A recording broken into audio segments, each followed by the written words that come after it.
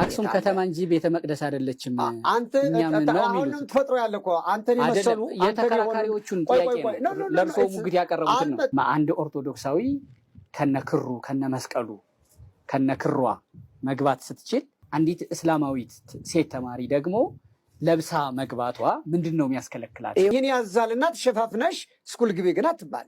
ያ ትምህርት ቤት ነው፣ ሰኪላር ትምህርት ቤት ነው። አሰላሙ አለይኩም ወራህመቱላሂ ወበረካቱ። ውድ ቻናላችን ቤተሰቦች እንዴት ናችሁልን? ዛሬ በአዲስ ቪዲዮ መጥቻለሁ።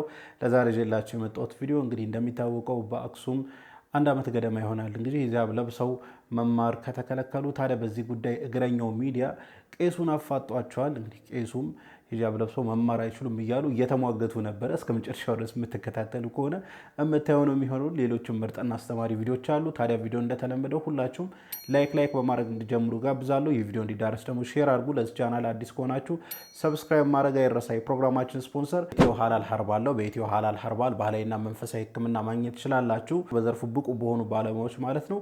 ውጭ ሀገር ወይንም ክፍለ ሀገር የምትገኙ በዚህ ስልክ ቁጥር ከላይ በምትመለከቱት የሶሻል ሚዲያ አማራጭ ኢትዮ ሀላል ሀርባልን ማግኘት ትችላላችሁ። ማስታወቂያውን ተከታትለን በቀጥታ ወደ ቪዲዮ። ለሰው አይን፣ ለተበላ ሲህር፣ ለኪንታሮት፣ ለአስም፣ ለጂን፣ ለነርቭ፣ ለኩላሊት፣ ለጨጓራ፣ ለሳይነስ፣ ለጉበት፣ ለሚጥል በሽታና ለሌሎችም በአላህ ፍቃድ ፍቱን መድኃኒቶችን እናዘጋጃለን። ለመንፈሳዊ በሽታዎች በሃይማኖታዊ እውቀትም ሆነ በባህላዊ ሕክምና ስመጥር በሆኑ ሐኪሞቻችን የጭንቀት፣ የሲህር፣ የአይን ናስ፣ የጂንና ተያያዥ ለሆነ የመንፈስ መረበሽ ችግር በአላህ ፍቃድ የመድኃኒት አቅርቦትና የምክር አገልግሎት እንሰጣለን። በማዕከላችን የሚመረቱ መድኃኒቶች 100% ተፈጥሯዊ በመሆናቸው ምንም አይነት የጎንዮሽ ጉዳት አያስከትሉም። በ0946 75 957 ይደውሉ። ዓላማችን በአላህ ፍቃድ ለእርሶ አፊያ ሰበብ መሆን ነው። ከሀገር ውጭ ያላችሁ ሸሪዓውን መሰረት ያደረገ ህክምና ለማግኘት ዘውትር በስራ ሰዓት ይደውሉ፣ አሊያም በዋትስአፕ እና በቴሌግራም አገልግሎት ማግኘት ይችላሉ። ስልክ ቁጥር 0946 75 957። ኢትዮ ሀላል ሀርባል የአሊፋ ባህላዊ ህክምና አጋር። ኡመርዬ እስቲ ስለ ረሱል ሰለላሁ ዐለይሂ ወሰለም የሆነ ነገር ንገረን። ነቢዩ አይዋሹም፣ እውነተኛ ናቸው። ቀጠሮን ያከብራሉ፣ ቃላቸውን ይጠብቃሉ። አይዋሹም፣ ጀግና ናቸው። አይሰስቱም፣ ቸር ናቸው። አላህን ብቻ ይፈራሉ፣ ለአላህ ይታዘዛሉ። ጀግና አለቀ። የረሱል ሰለላሁ ዐለይሂ ወሰለም ስም ሲነሳ ምን ይባላል? ሰለዋት ይወርዳል። ሰለዋት ይወረዳል። ነብዩን ተወዳቸዋለህ? አዎ። ለምን? የአላህ መልእክተኛ ስለሆኑ። እና የኛ ምንድን ናቸው? የኛ መልእክተኛ፣ የኛ ነብይ ናቸው። የኛ ነብይ። ማሻአላ አላህ ያሳድግ። እጅግ በጣም ደስ ይላል። አንደበቱ ይጣፍጣል።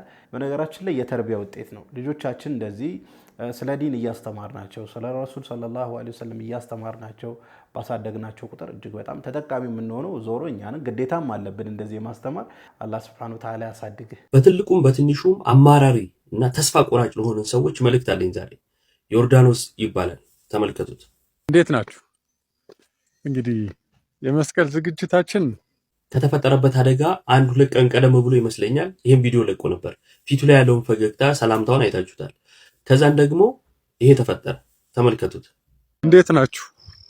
ዛሬ በረኝነት ላይ እንዳለው እንደምታዩት ቀኝ አይኔን እንጨት ተፈናጥሮ መጥቶኝ ኦልሞስት ምንም አይታየኝም እንዳለ ደም። እንደምታዩት እንጨት ተፈናጥሮ አይኑን መታው። ከዛን ወደ ሐኪም ቤት ሄደ እና ቀለል አድርጎ ነበር ሐኪም ቤት ሄደን እናያለን ከዛን አሳውቃቸዋል ምናምን ነገር ያለው ማለት ነው። በሚያሳዝን ሁኔታ የተፈጠረው ግን ከዛ በኋላ እንደዚህ ነበር። ያው የአይንን ውጤት ነገረኝ ስላላችሁ ልንገራችሁ። አይኔን ሕክምናዬን ጨርሼ ነው የመጣሁት። አሁን ፍጹም ጤንነት ላይ ነው የምገኘው። ያው ነገር ግን ለአንዱ አይናችን ጤንነት ሲባል አንደኛው ሙሉ ለሙሉ ወጥቷል ማለት ነው እንደዚህ። እና መነጽር የማደርገው ያው አንድ አይን ያለው ባፈር አይጮትም አይደል የሚባለው። በፊት 2 አይን ይዤ ነበር ይሄንን ተረት ምተረተው። አሁን ትክክለኛው ጊዜው መጥቷል። ስለዚህ ለአንድ አይኔ ስል ለሴፍቲ መነጽር አደርጋለሁ። የሚገርመው ነገር ከዚህም በኋላ ፊቱ ላይ ያለው ፈገግታ በቃ ኖርማል ሆኖ ነው ተቀብሎታልና እኛ ብንሆን አይን ማጣት ቀላል ነገር አይደለም። በትንሽ ነገር ምን ያህል አማራሪዎች ነን፣ ምን ያህል ተስፋ ቆራጭ ነን፣ ከዚህ በኋላ እንዴት እኖራለሁ፣ በቃ ህይወት በቃ ምናምን ምንል ሰዎች ነንና ለመጽናት እንደ ምሳሌ መውሰድ የምንችለው ሰው ነው ብዬ አስባለሁ። ሰርች እያደረጋችሁ ዮርዳኖስ አለሙ እያላችሁ ፎሎ አድርጉት፣ ተከታተሉት፣ አበረታቱት። በጣም አንተ የጽናት ሰው ነህ። እግዚአብሔር ከዚህም በላይ በጤና ይጠብቅ፣ ከዚህም በላይ ይባርክ። ነገሮችን ሁሉ እግዚአብሔር ያሳካልን። ለእኛ ደግሞ ትምህርት ነው ብዬ አስባለሁ። እጅግ በጣም ነው የሚያሳዝነው፣ እጅግ በጣም ነው የሚያስገርመው ክስተቱ።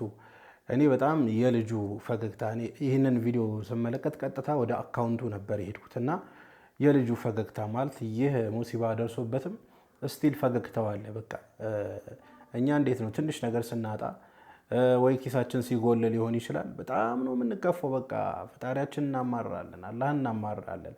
ነገር ግን ይህ ወንድማችን ተቀብሎታል። በቃ አይኖ እኮ አይንን ማጣት ምን ያህል ከባድ እንደሆነ ይገባኛል። እሱም እኮ ልቡ አልተሰበረም ማለት አይደለም እኮ፣ ልቡ በጣም ተሰብሯል።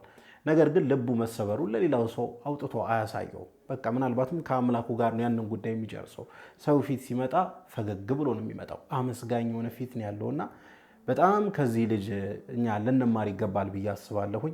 ምክንያቱም እንግዲህ የደረሰበትን አደጋ የደረሰበትን ሙሲባ አይታችኋል። ነገር ግን አሁን ድረስ ፈገግተዋልና እጅግ በጣም አመስጋኝ ባሪያ መሆን አለብን። አላህ ሱብሓነሁ ወተዓላ የሰጠንን ጸጋ ልናመሰግነው ይገባል።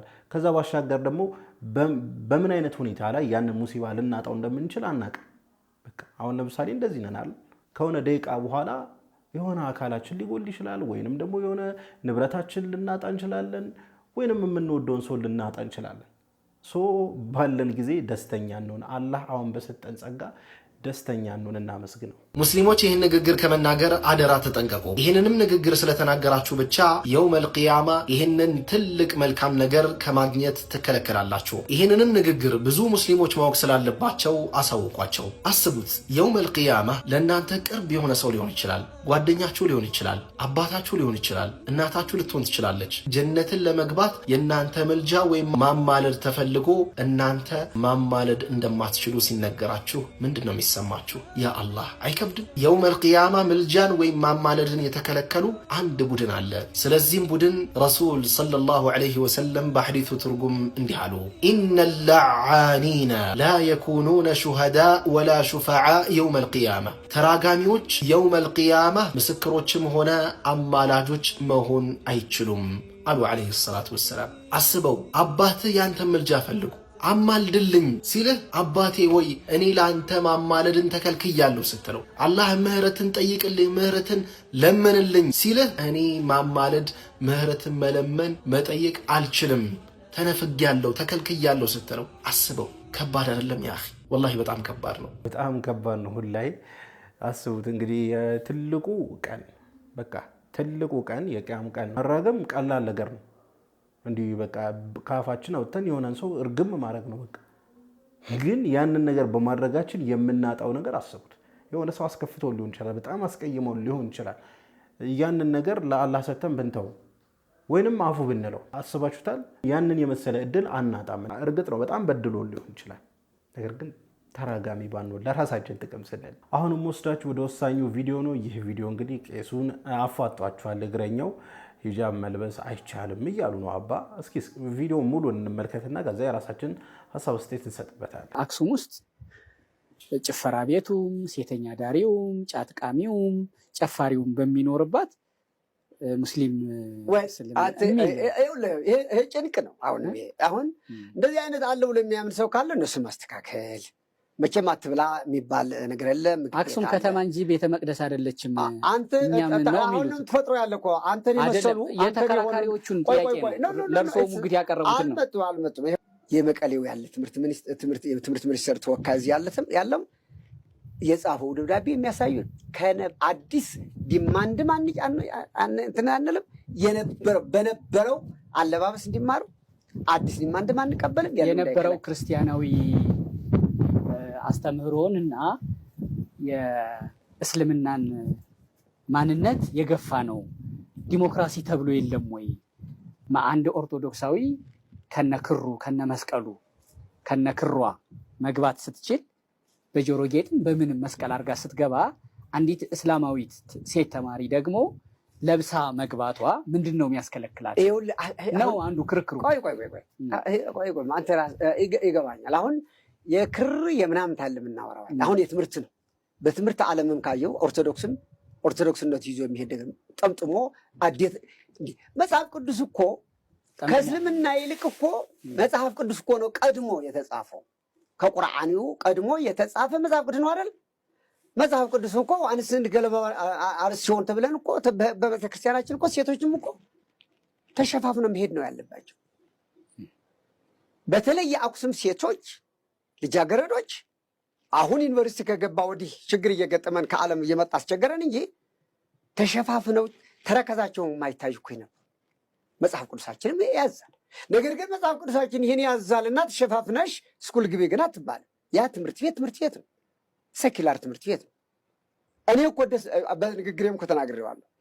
እኔ በሆን ደስ ይለኛል። እንዲያው ጠቅላላ በእምነት ሁሉ በየእንትን ቢሆን ከሆነ ለእኔ ምን ችግር የለም። ልጆችም ገጥም አድርገው ተጠምጥመው መስቀላቸውን ተንዘራገው ትምህርት ቤቱ ከፈቀደላቸው ሞርዘን ሀፒ ችግር የለብኝም። እኔ የኛም አሁን በምልህ ተለባብሰው ልጆቻችንም መስቀላቸውም እንበለም ማድረምትለው ልብሳችንም ተሸፋፍነው የሆነ አርማቸውን አድርገው ትምህርት ቤቱ ከመራ ከፈቀደ እኔ ምን ትምህርት ቤት እኮ ነው ይሄ የዓለም ትምህርት ቤት እኮ ነው። እዚህ እኮ የሃይማኖት ጉዳይ አይደለም የምናገር። አሁንም እየተናገርነው እኮ መግባት የለባቸው ምናምን እንዲህ ስለነበረ ነው እየተባለ አዲስ ዲማንድ ለምን መጣ? ህዝቡ ለምን አይጠየቅም? ካስፈለገ እኳ ተነጋግረው ከአክሱም አባቶችና ህዝብ ጋር ራሳቸው አብረው የወሰኑት ውሳኔ አብረው ነው መሻር ያለባቸው። መሻር ካለባቸው መወያየት ያለባቸው ወይም ሁላቸውም ልበሱ ብሎ መወሰን ነው፣ ወይም ደግሞ አይ ለነዚህ ይገባቸዋል ብሎ ማስወሰን ነው። በመጀመሪያ እግረኛውን በዚህ ቪዲዮ በጣም ማመሰገን እፈልጋለሁ። ምክንያቱም ጥሩ የሆነ ጥያቄ ነው፣ ጥሩ የሆነ ሀሳብ ነው ሲያነሳላቸው የነበረው። አባ ግን በስነ ስርዓት አልነበረም እየመለሱ የነበረው፣ እየተጠማዘዙ ሌላ ቦታ ነው እየሄዱ የነበረው። ቀጥታ የጠየቃቸውን ጥያቄ ቀጥታ እየመለሱ አይደለም። አንደኛ አዲስ የመጣ ዲማንድ አይደለም፣ ወይም አዲስ የመጣ ጥያቄ አይደለም፣ የነበረ ነው። በፊት እህቶቻችን እኮ ሂጃብ ለብሰው የሚማሩ ነው እንጂ ዘንድሮ ገና ሂጃብ ለብሰን እንማር አይደለም ያሉት። ከበፊትም ጀምሮ ሂጃብ ለብሰው ነው የሚማሩት፣ ዘንድሮ ተከለከሉ እንጂ። አንደኛው እሱ ነው። ሁለተኛ እንደው አባን እንደው ጥያቄ ጠይቅ በባል እና ብጠይቃቸው ደስ የሚለኝ እንደው ክርስቲያን ወገኖቻችን ማህተማቸውን በጥሰው ትምህርት ቤት ይግቡ ቢባል እሺ ይላሉ? አባ አይሉም አይደለ? በቃ ማህተባቸውን ወይንም መስቀላቸውን ምን ችግር አለው አድርገው ቢማሩ ነው የሚሉት፣ አድርገውም ነው የሚማሩት አይደለ? እኔ ያንን ያድርጉ ማለት አይደለም፣ ግን አባ እንደዛ ቢባሉ ደስ ይላቸው ነበር? በፍጹም ነው የሚሉት አይደለ? እኛም ደግሞ ሙስሊም እህቶቻችን ሂጃብ ግዴታ አላህ ሱብሓነሁ ወተዓላ ግዴታ ያደረገባቸው ነገር ነው። ሌላውን ሰው የማይጎዳ እንደውም የሚጠቅም ነገር ነው ሂጃብ። ወደ ፖለቲካ ማዞር እርሳቸው አሁን ከሃይማኖት አንጻር ነው የተጠየቁት እንጂ ወደ ፖለቲካ ማዞር ትምህርት ቤቱ ስላልፈቀደ ነው እንጂ ደስ ይለኛል ሃይማኖት የሚያዛል ምናምን ነገር እያሉ ዙሪያ ጥምጥም እየሄዱ ነበርና ሃይማኖቶት የሚያዝ ከሆነ እውነት እንደ ሃይማኖተኛም የሚሰሙት ከሆነ እንደው ተባብረው ሙስሊሙን አግዘው አረ ይፈቀድላቸው ሂጃብ ለብሶ ቢማሩ ምን ችግር አለ ምናምን ማለት አለባቸው እንጂ አዲስ ጥያቄ እንዴት ሊመጣ ቻለ፣ አዲስ ዲማንድ እንዴት ሊሆን ቻለ ብሎ ተመስጠው ሊናገሩ አይገባም ብዬ አስባለሁ። አባና በዚህ አጋጣሚ ባካችሁ አባን ወይንም ቄሱን ኮሜንት ላይ እንዳትሰድቧቸው። ምክንያቱም የሃይማኖት አባት ናቸው። የራሳቸውን አመለካከት ነው ያስቀመጡት። ትክክል ይሁንም አይሁንም ጥሩ በሆነ መንገድ ነው ዲናችን እንድናረም ወይንም እንድናወራ የሚያስተምረንና ስለዚህ እንግዲህ በአክሱም የሚገኙ ሙስሊም ተማሪዎች አሁንም ፍትህ ይገባቸዋል። ፍትህ በአክሱም ለሚገኙ ሙስሊም ተማሪዎች ማለት እንፈልጋለን። በዚህ አጋጣሚ ፍርድ ቤቱም ወስኗል እኮ የአክሱም ፍርድ ቤትም ሂጃብ ለብሶ እንዲገቡ ፍርድ ቤት ወስኗል። ደብዳቤ ተጽፏል።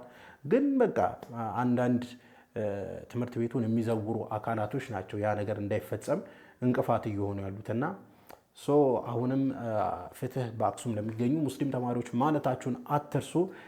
ትልቅ አማና አለብን። የአክሱም ሙስሊም ተማሪዎች ድምፅ ሆኑን ብለው እንግዲህ አፋውጥተው ተናግረዋልና እነሱ ባይሉን ራሱ እኛ ድምፅ መሆን ግዴታችን ነው። ሙስሊም ወንድሞቻችን ናቸውና ፍትህ በአክሱም ለሚገኙ ሙስሊም ተማሪዎች ልንል ይገባል ብዬ አስባለሁኝ። ለማንኛውም ለዛሬ ይዤላችሁ የመጣሁት ቪዲዮ ይህን ይመስል ነበረ። ቪዲዮን ከወዳችሁ እንደተለመደ ሁላችሁም ላይክ አድርጉ። ይህ ቪዲዮ እንዲዳረስ ደግሞ ሼር አድርጉ። ለዚህ ቻናል አዲስ ከሆናችሁ ሰብስክራይብ አድርጉ፣ የደወል ምልክቷን ይጫኑ። ኢንሻአላህ በቀጣይ በአዲስ በቆንጆ ቪዲዮ እስከምንገናኝ ሰላም አለይኩም ወራህመቱላህ ወበረካቱ።